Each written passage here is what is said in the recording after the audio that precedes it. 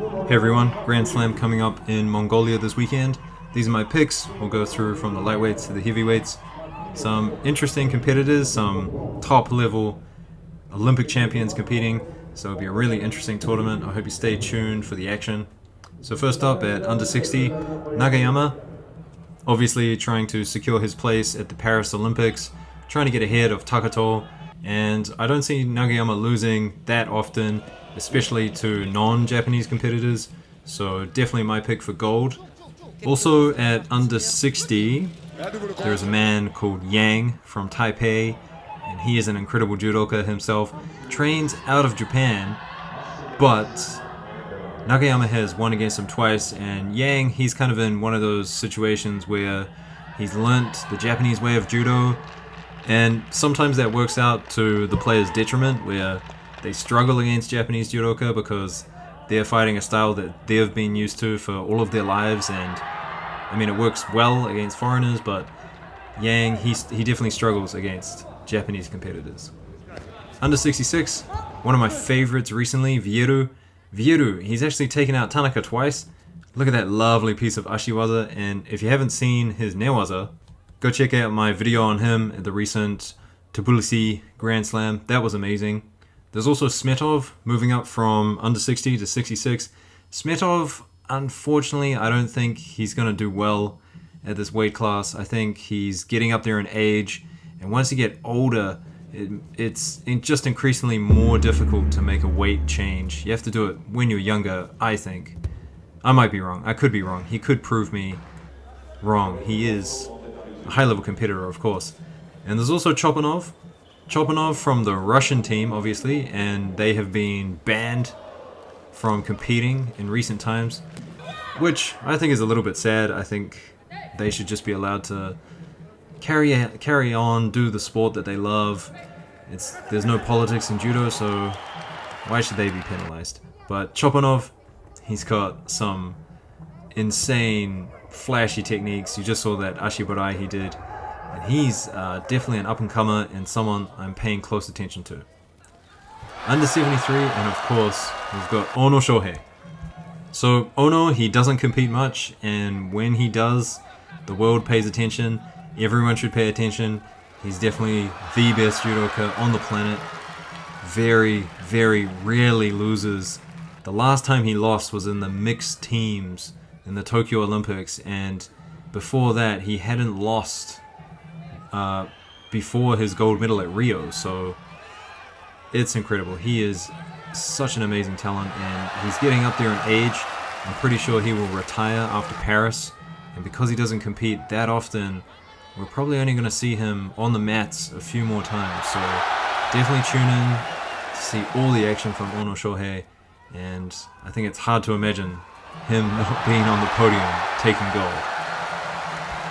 And alongside Ono Shohei, I've got Sendocha. They obviously met in the Tokyo Olympics, and Ono Shohei, I think this is a matchup that favors him. He likes it.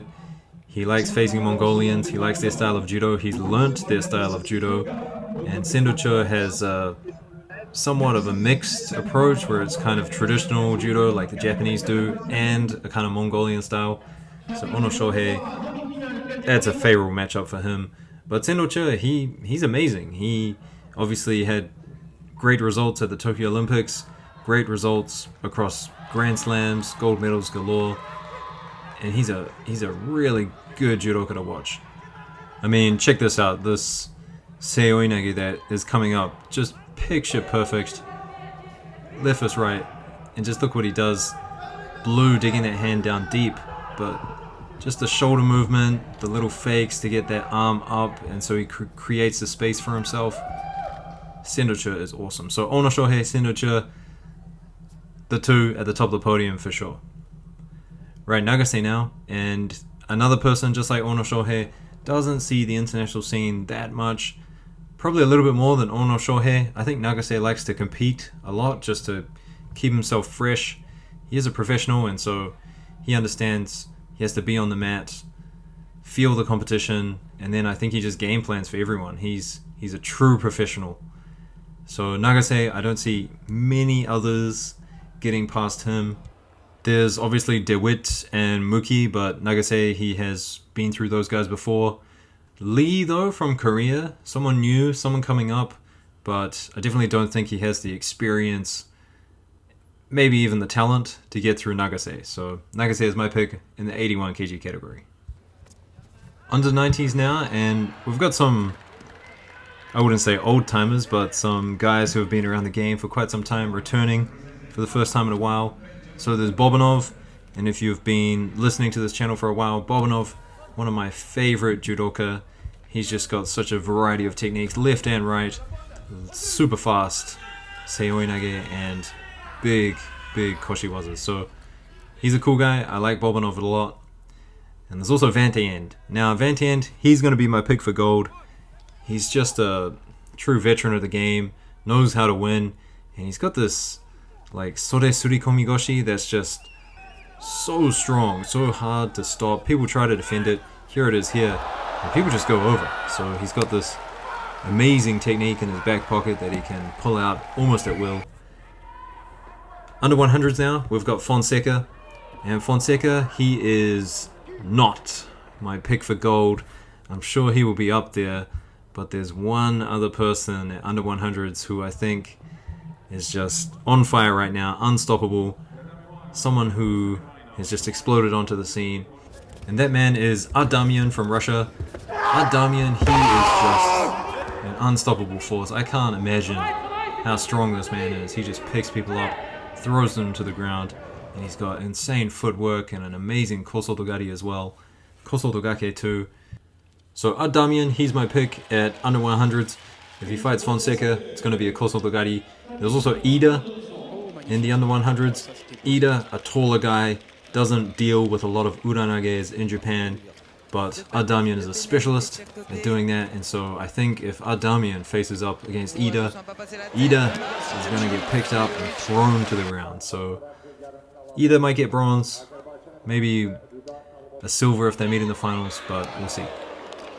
Right, plus 100s now, and I've got two picks for you, although Tassoev, also from Russia, so I got 3 Russian picks in here, very interesting. Probably Tassoev. He, similar to Adamian, he's got a lot of really nice footwork for the heavier weights, lovely ashiwaza, and he can win. He knows how to win. So there's also Spikers, who recently had some good results, but I don't think Spikers is getting through Tassoev. I think Tassoev just has the more dynamic attacks. So Spikers, you never know. He might get him to the ground, might pin him, but even then, I think Tassoev, he's probably very skilled on the ground and would get out of it. And last, one of my kind of surprise picks in the plus 100s, the Mongolian. Odd coup.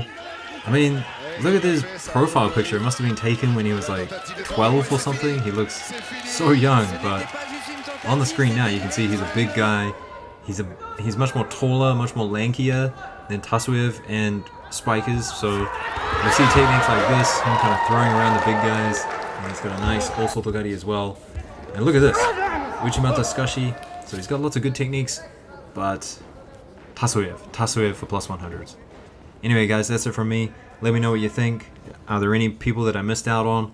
I look forward to sharing the action with you, and I'll see you guys then.